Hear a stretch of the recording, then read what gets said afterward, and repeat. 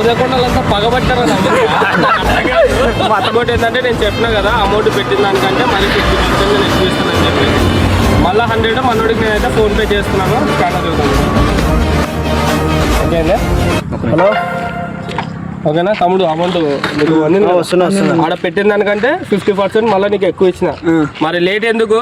రేపు మరొక హంటతో ఖచ్చితంగా స్టార్ట్ చేద్దాము.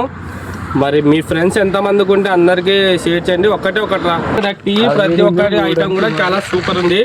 మీరు కూడా ఖచ్చితంగా ట్రై చేయండి. తెలుసు కదా, బెల్లం చాయ్. నెక్స్ట్ హంటతో మళ్ళీ కలుద్దాం.